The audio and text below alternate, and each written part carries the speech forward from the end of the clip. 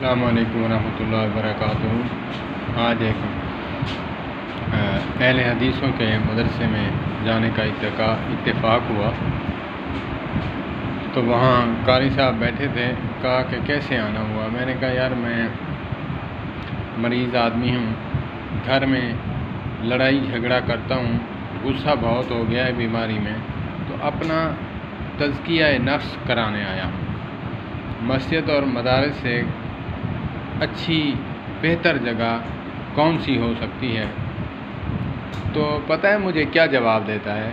उनकी इस्तिलाह में तज़किया जो है वो उसे कहते हैं जो मदारस के लिए तज़किया बनवाते हैं, या फिर माज़ूर बंदा है, जमाती है, तो अपने मदारस का तज़किया बना देते हैं, स्टैंप लगा देते हैं। वो अपने लिए जो है वो मांग कर घर का गुज़र औक़ात चला सकता है। तो मैंने उन्हें बड़ी समझाने की कोशिश की, कहा कि तज़किया हमारे पास नहीं बनता, हमारे डिवीज़न के बहावलपुर में हैं फ़लाँ फ़लाँ फ़लाँ। मैंने फिर समझाने की कोशिश की। मैंने कहा हज़रत वयुज़क्कीहिम वयुअल्लिमुहुमुल किताबा वल हिक्मा, अल्लाह के प्यारे हबीब सल्लल्लाहु अलैहि वसल्लम सहाबा किराम रिज़वानुल्लाहि अलैहिम अजमईन को पाक भी फरमाते और कुरान और सुन्नत की तालीम भी देते हिकमत बसीरत से। तो मैं तज़किया नफ्स के लिए आया हूँ, ना कि तज़किया जो है वो माल बटोरने वाला, उसके लिए नहीं आया। फिर भी उनके सर से ऊपर ये बात चली गई।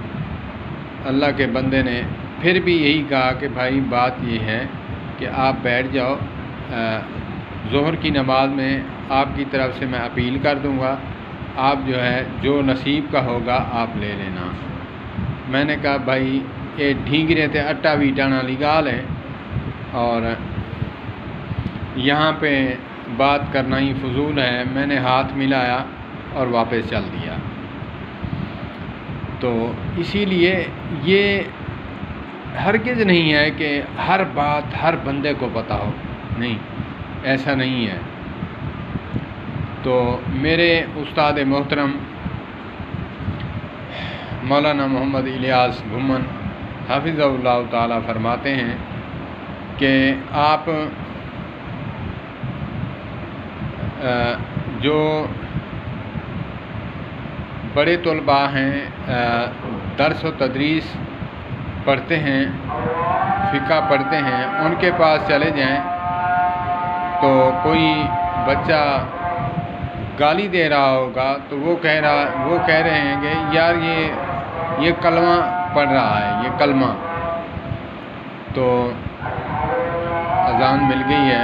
अल्लाह पाक अमल की तौफ़ीक़ अता फ़रमाए। अस्सलामु अलैकुम।